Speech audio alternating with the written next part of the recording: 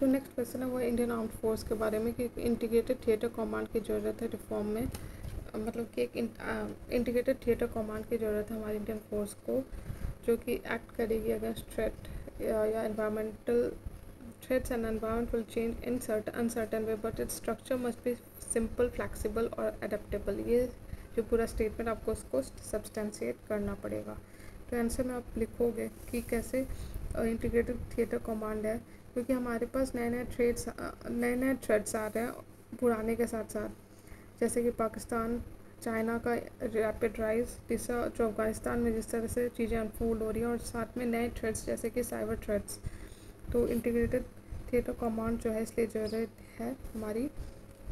तो आप इसमें मेंशन करोगे चेन ऑफ कमांड के बारे में, फिर जॉइंट वॉर फाइटिंग के बारे में, वॉर फाइटिंग डॉक्ट्रिन के बारे में, मॉडर्नाइजेशन, जॉइंट ऑपरेटिबिलिटी के बारे में, ठीक है।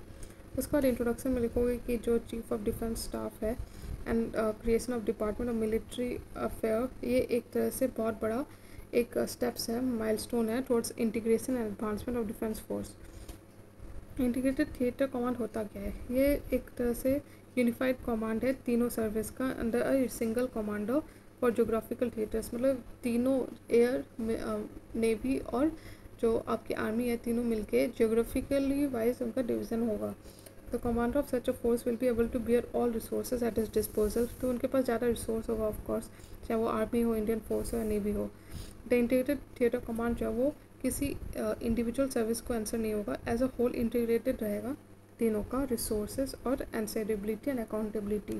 तो उससे क्या होगा कि एक तो डुप्लीकेशन जो है रिसोर्सेज का, मतलब कि आर्मी का अलग हुआ, नेवी का अलग हुआ, वो भी कम हो जाएगा, और साथ में जो सेकट कर कमेटी है उसका भी रिकमेंडेशन हम लोग फॉलो कर देंगे। उन्होंने कहा था कि 3 इंटीग्रेटेड थिएटर कमांड के बारे में बात किया था, नॉर्थ चाइना बॉर्डर के लिए, वेस्ट पाकिस्तान बॉर्डर के लिए और साउथ मैरीटाइम रोल के लिए।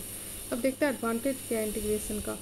तो एडवांटेज देखिए, एक तो ट्रेनिंग इक्विपमेंट एक्सरसाइज पहला, दूसरा कि सपोर्ट होगा ऑपरेशन में, ठीक है, लॉजिस्टिक रिसोर्स में, तीसरा कि ये बाकी देश भी फॉलो करते हैं जैसे यूएसए, ठीक है। तो डिटेल में देखते हैं। तो जो इंटीग्रेटेड थिएटर कमांड है वो किसी इंडिविजुअल सर्विस का एक्सेसिबल नहीं होगा, तो इसलिए ज़्यादा फ्रीडम होगा ट्रेनिंग इक्विपमेंट और एक्सरसाइज करने में, कमांड को एक्सरसाइज करने में, ठीक है। दूसरा कि लॉजिस्टिक रिसोर्स जो है वो भी ज़्यादा अवेलेबल होगा at disposal of theatre command. तीसरा कि जो सर्विस स्पेसिफिक कमांड्स हैं वो बेटर होंगी। अब चैलेंजेस क्या है, क्या क्या चैलेंजेस हैं? अभी तक ऐसा कोई ओकेजन नहीं हुआ जब तीनों सर्विस एक साथ काम की हो, पहला चैलेंज। दूसरा कि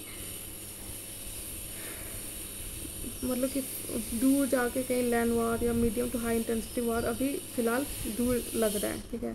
और साथ में इंक्रीज्ड कम्युनिकेशन नेटवर्क के साथ interaction between 3 organisation is easy, they can come on board, can plan without much consideration, मतलब कि अलग से इंटीग्रेटेड कमांड की जरूरत नहीं है। चौथा कि domain knowledge of integrated force commander is likely to be limited in respect of other two service, मतलब कि जो कमांडर होगा, पता चला वो आर्मी से है तो उसको नेवी और वाटर के बारे में उतना पता नहीं होगा, तो इसके कारण कन्फ्यूज़न क्रिएट हो सकता है। फिर हमारे पास 2 ट्राई सर्विस कमांड्स है, पहला है स्ट्रेटेजिक फोर्स कमांड और दूसरा अंडमान निकोबार कमांड, जो कि रोटेशन पे सर्व किया जाता है। फिर स्ट्रेटेजिक फोर्सेस कमांड जो है वो देखती है after delivery and operational control of countries nuclear assets, demand area for other integrated functional commands such as the cyber, aerospace, special operation command, but the government is yet to approve any। तो इस तरह से हमने देखा कि किस तरह से इंटीग्रेटेड कमांड फोर्स जो है वो जरूरी है और क्या क्या उससे फ़ायदा होगा। लेकिन साथ में ये भी ज़रूरत है कि जो पूरा स्ट्रक्चर वो सिंपल होना चाहिए, फ्लेक्सिबल होना चाहिए, अडेप्टेबल होना चाहिए।